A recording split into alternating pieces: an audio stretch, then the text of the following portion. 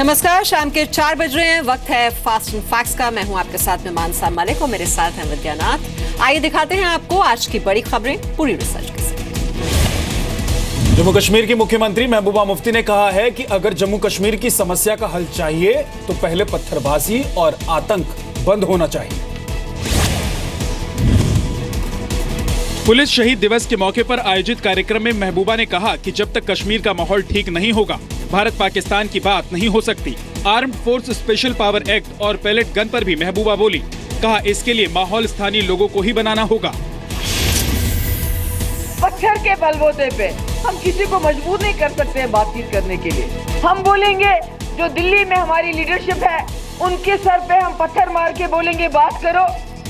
क्या ये मुमकिन है? नहीं। हमारे जवानों को, छोटे छोटे बच्चों को जिस तरह धकेला गया मुश्किल हालात में, पत्थर लेके कैंप की तरफ, पुलिस स्टेशन की तरफ। हमें किसी के बयान पर या किसी बात पर टिप्पणी करने की आवश्यकता नहीं है। आतंकवाद को लेकर के जो भी उचित कार्रवाई रहेगी वो भारत सरकार करेगी और करती भी रही है। 8 जुलाई को हिजबुल मुजाहिदीन के आतंकी बुरहान वानी के एनकाउंटर के बाद से कश्मीर में हिंसा हो रही है। कश्मीर की हिंसा में अब तक 80 से ज्यादा लोगों की मौत हो चुकी है, जबकि 12,000 से ज्यादा घायल हुए हैं। कश्मीर में हिंसा की वजह से 10 जुलाई को बंद हुए स्कूल कॉलेज अभी तक नहीं खुले हैं। छात्रों ने बंद के खिलाफ प्रदर्शन किया था। पाकिस्तान ने आज फिर जम्मू के कठुआ में सीज फायर का उल्लंघन किया। बीएसएफ की जवाबी कार्रवाई में पाकिस्तानी रेंजर्स के एक जवान की मौत हो गई। सुप्रीम कोर्ट ने बीसीसीआई से कहा है कि वो लोढ़ा कमेटी की सिफारिशें लागू होने तक स्टेट एसोसिएशंस को फंड रिलीज नहीं कर सकती है।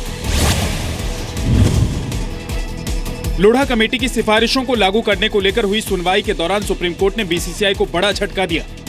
कोर्ट ने कहा कि स्टेट एसोसिएशन को तब तक फंड नहीं दिया जा सकता जब तक वो लोढ़ा कमेटी की सिफारिशों को लागू करने को लेकर एफिडेविट नहीं दे देते। कोर्ट ने लोढ़ा पैनल को बड़ी जिम्मेदारी भी दी। लोढ़ा पैनल अब बीसीसीआई के लिए स्वतंत्र ऑडिटर नियुक्त करेगा।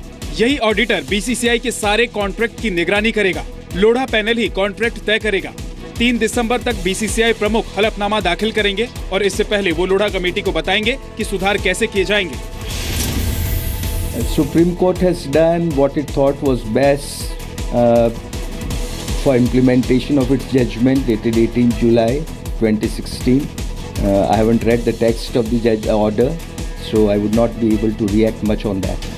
क्या रोक है, उसकी खेल पे क्या प्रभाव होगा, कुल मिलाकर खेल गतिविधियां हो सकती नहीं हो सकती हैं, खेल संघ चल सकते हैं नहीं चल सकते, ये जब तक पूरा ऑर्डर नहीं पढ़ा जाता तब तक कोई भी टिप्पणी करना संभव नहीं है।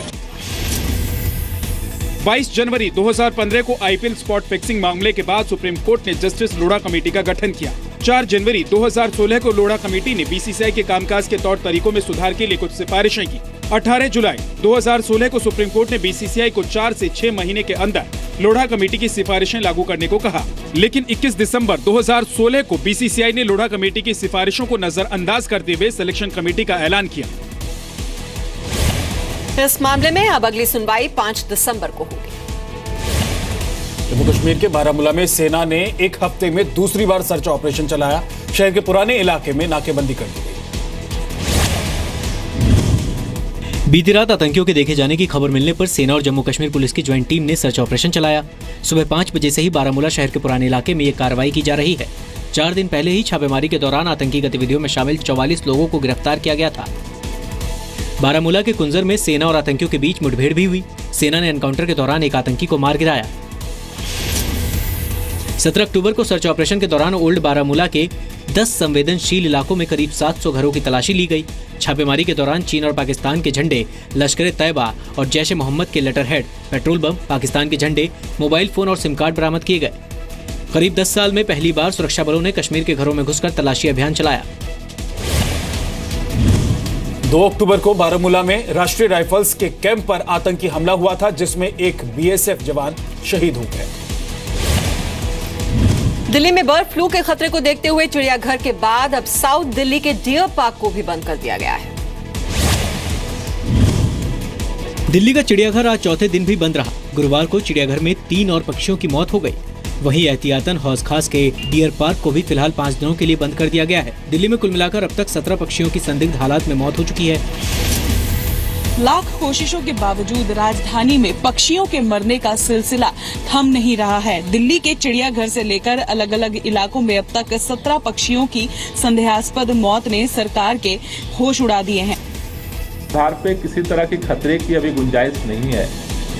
लोगों को इससे किसी तरह की चिंता करने की जरूरत नहीं है, लेकिन सरकार की तरफ से हम लोग लगातार मॉनिटरिंग कर रहे हैं और जहां से भी कोई सूचना आ रही है और क्लोज मॉनिटरिंग हम करेंगे।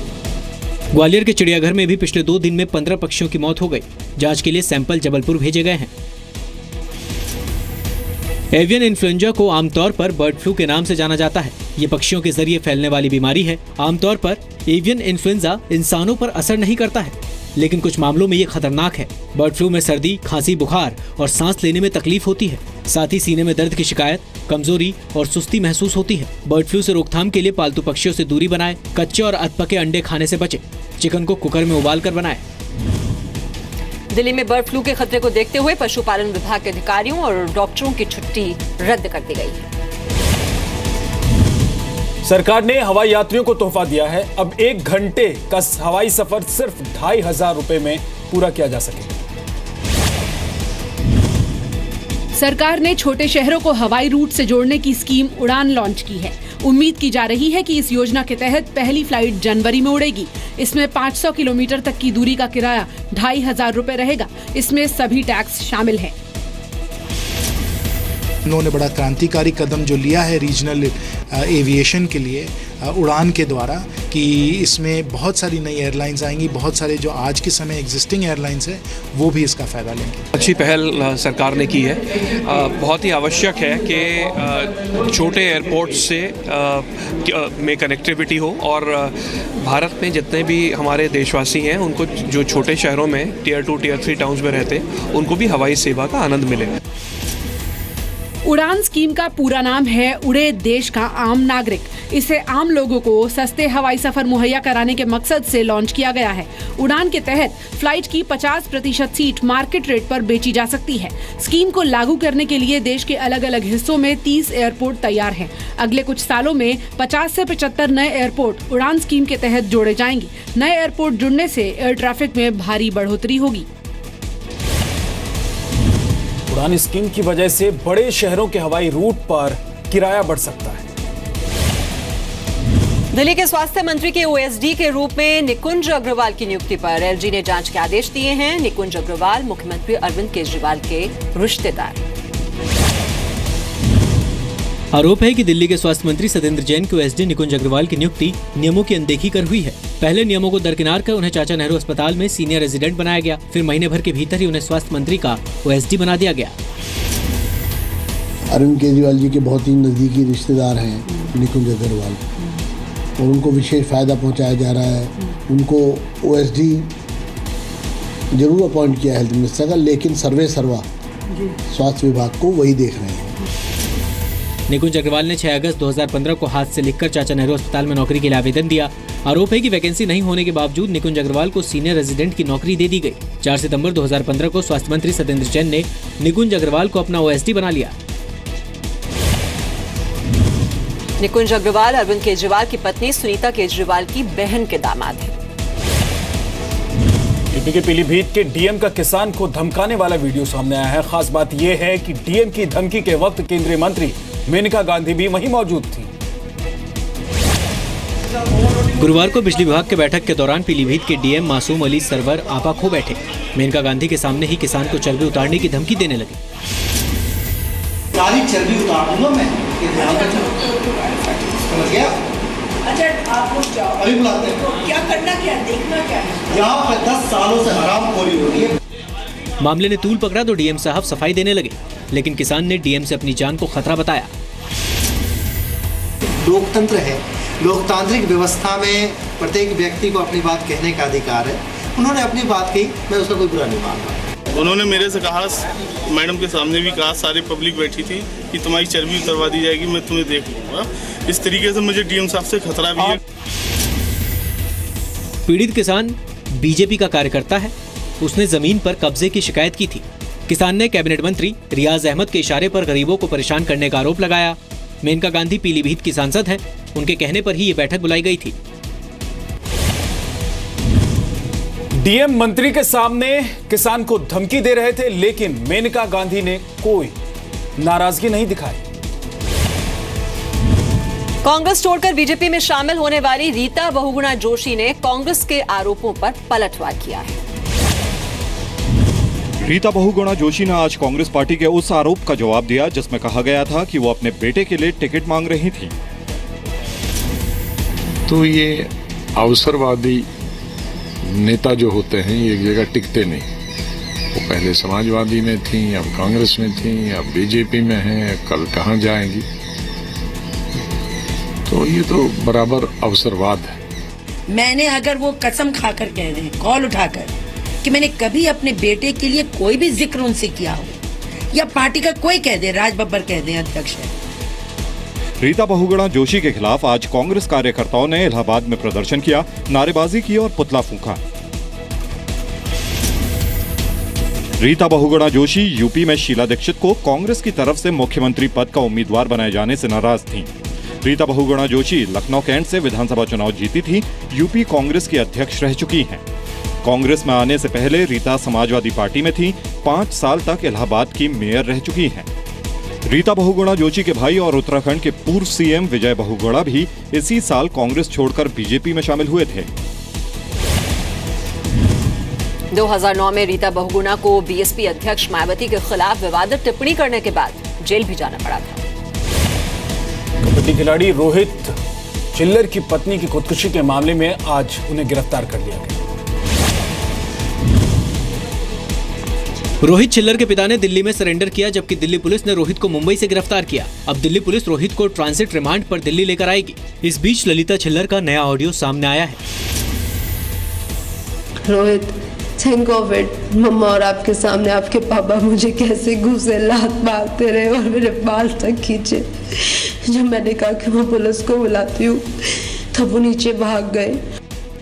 गिरफ्तारी से पहले रोहित ने फेसबुक पर एक वीडियो मैसेज पोस्ट कर खुद पर लगे सभी आरोपों से इनकार किया। मुझे नहीं पता उसने इतना बड़ा कदम क्यों उठाया, किस चीज से वो दुखी थी।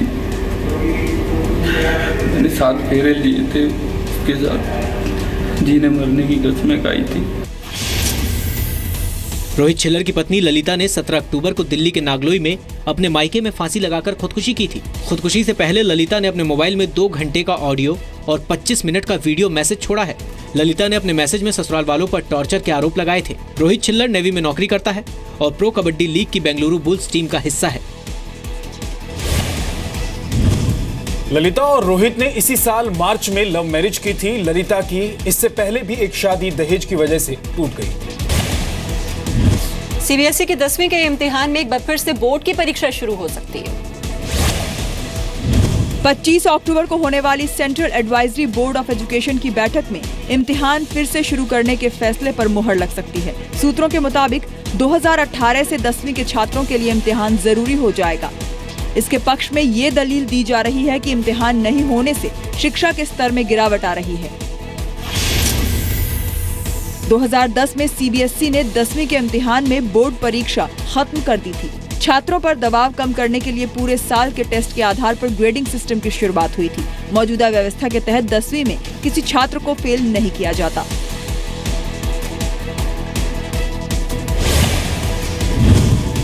दो 2015 में करीब 14 लाख छात्र 10वीं से 11वीं क्लास में गए थे। एक छोटे से ब्रेक के लिए यहाँ पर रुक रहे हैं। ब्रेक के बाद कुछ और खबरें।